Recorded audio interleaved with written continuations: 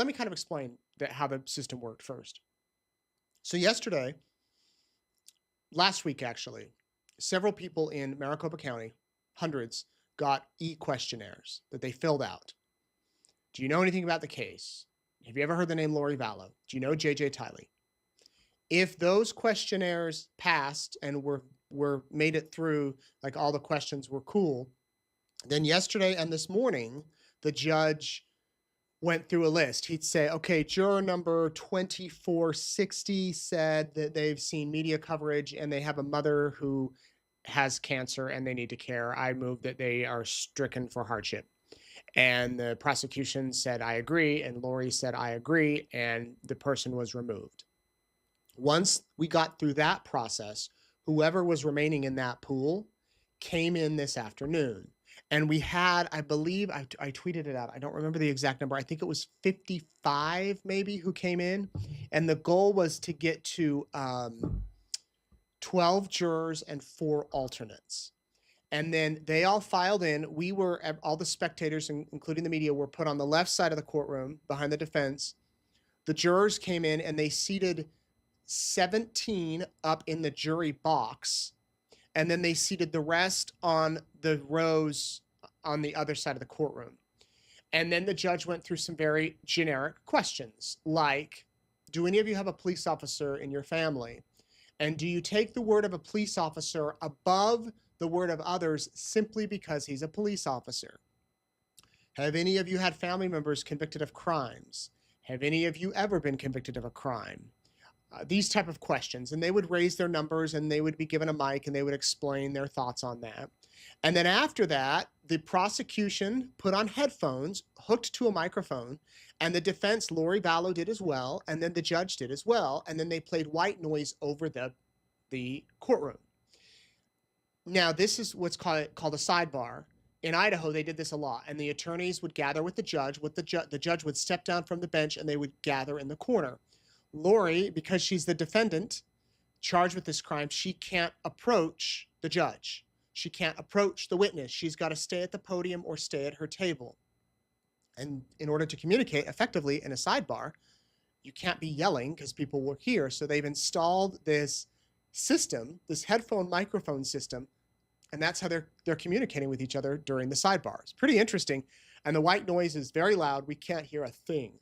So they put on these headphones for about 5-10 minutes, and then the judge said, okay, the clerk, maybe it was the judge or the clerk, one of them said, the following jurors are excused. They let a bunch go. And then they sent everybody out in the hall. And then all the remaining jurors came back in and they were given new numbers. They were seated up in the jury box, and that was the focus for this first round, you could say, which ultimately ended up being the only round. And the judge asked them a few questions, but then Trina Kay got up to ask a few questions of her own. And she said things like, the Church of the Latter-day Saints, Mormons, LDS, it's going to be discussed in this trial. Do any of you have really strong feelings for or against the church? None of the jurors raised their numbers. Do any of you own guns? Several raised their numbers. I believe 10 did. Are any of you considered an expert in guns where you might hear testimony of the way the trajectory of a bullet when you might think in your mind, there's no way that gun could have done that, and you might doubt the expert? None of them raised their cards. And then she asked a couple of other questions, and that was that. Then Lori Vallow got to question the jurors. Lori walked up to the podium. They adjusted the mic. She said, my name is Lori Vallow. I'm the defendant. I'm 51. And she started to give her biography, a little bit about herself. And the judge stopped her and said, this is questioning. This isn't statement giving. This isn't biography. This isn't, testifying. This is questioning. And so she proceeded to ask questions. She appeared timid, a little insecure. She would start a question and then stop and looked down at her notes, she, let me just pull up some of the questions she asked, because she, I don't know how to describe. I really wish there could have been a video, and it'll be interesting if this is the tactic that Lori chooses to take during the trial, or if it's going to be the Lori we saw yesterday where she's fired up. Okay, Lori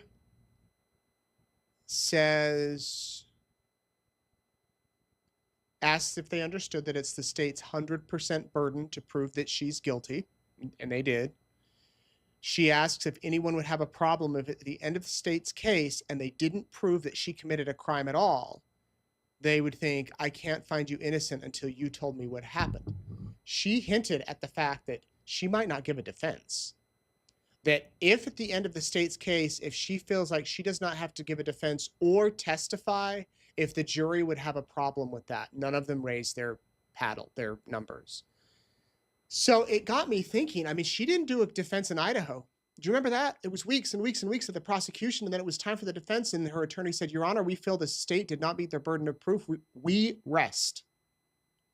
Will Lori do that here? Will the actions of the past few months with these motions and the experts and the witness and calling me and all that, will that be her just saying, well, never mind. They didn't prove their case. I could see it happening. Or I could see Lori trying to put on a defense. I don't know who she's going to call. I don't know what witness they're going to have. But she did ask that question. She said it's human nature to want to hear both sides. Then she asked and said that a bunch of different family dynamics will be introduced at this trial, and asked if anybody would have a problem, and then she stopped. Would anybody have difficulty understanding different family dynamics? And she asked if anyone in the jury had stepbrothers, stepchildren, I think is how it was phrased. And several raised their numbers. And then she called on one to answer, but she couldn't really say the question. And the judge had to jump in and basically say, will your family dynamic of having stepchildren or whatever influence you in how you rule in this case, how you decide? And he explained, no, it doesn't, it won't. And then I thought Lori might jump to the others, but she didn't. She just called on the one and moved along with her questions. She asked, she said, if someone believes, this was, I thought, a good question. She goes, if you believe that I'm innocent and you're the only one in the group, will you have enough courage to stand against all the other group? Because that can be hard. I thought that was a good question. She said, that's hard. Nobody raised their hand saying that. She then proceeded to tell the jurors what part of their job was, and Trina K objected, the prosecutor. The judge stepped in and said, your job is to determine if the state proves its case, jurors. That's your job. I've already told you your job.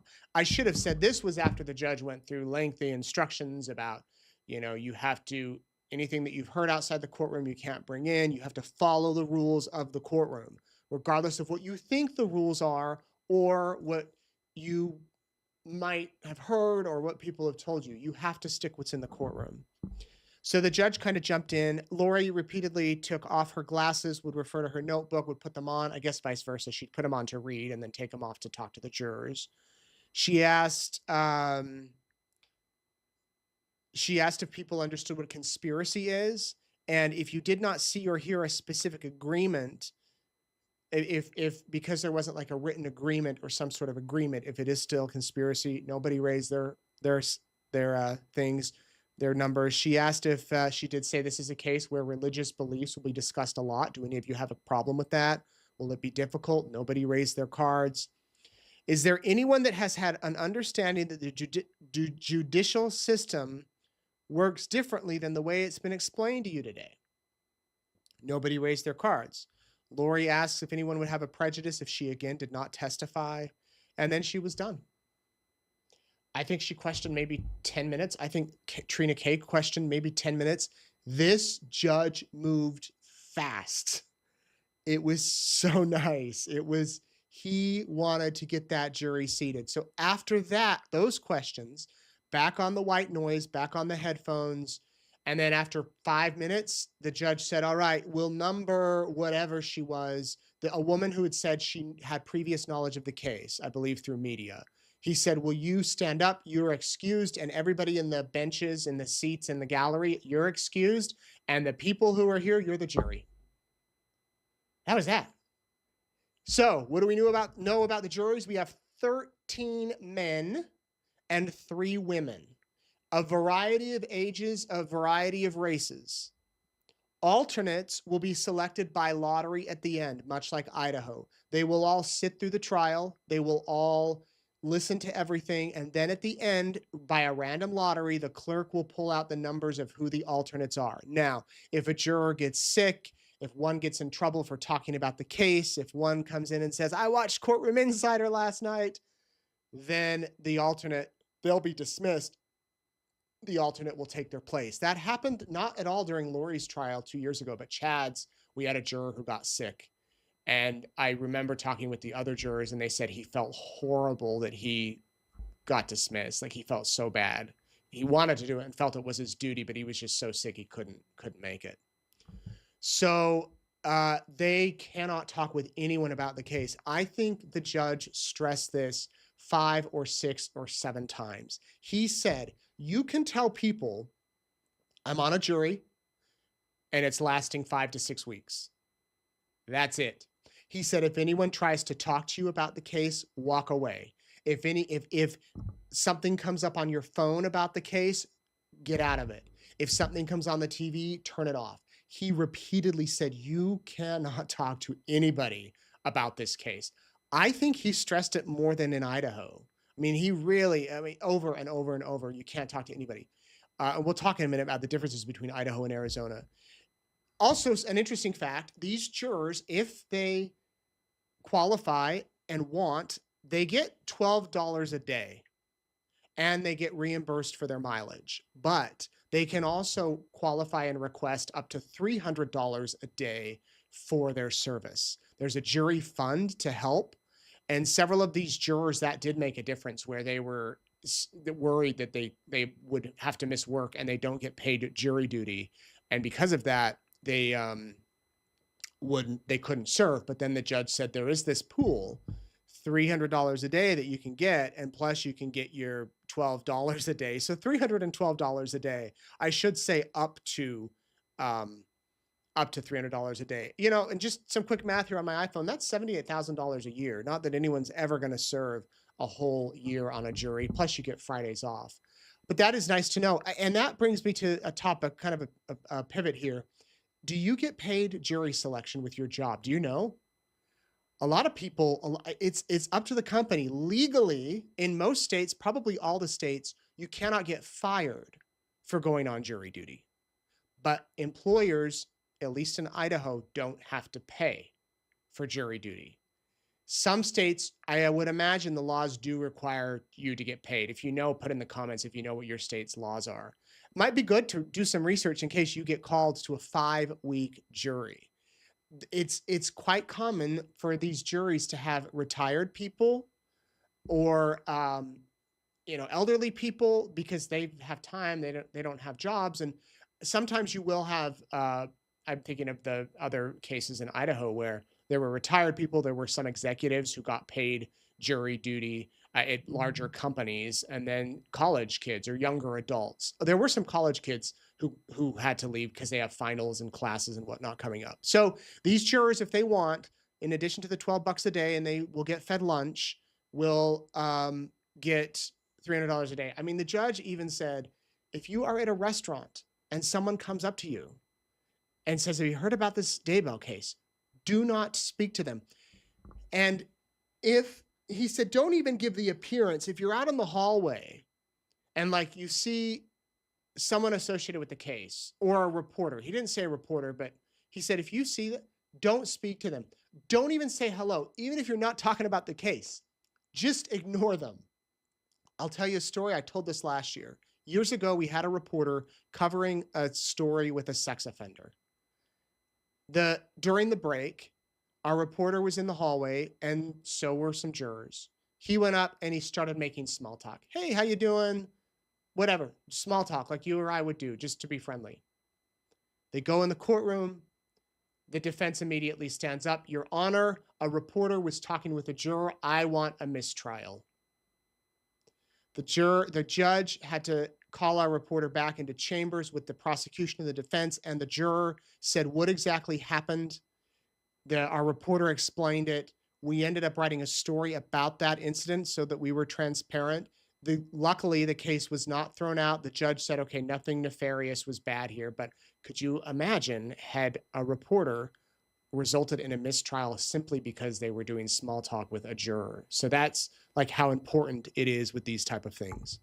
Okay, and the last bit of advice. So they were sworn in. I should say they were sworn in. That group was sworn in, and then the judge read them probably 5 or 6 pages of jury instruction.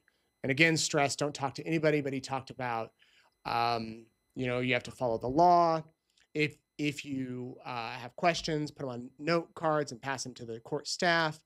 The judge really kept things moving.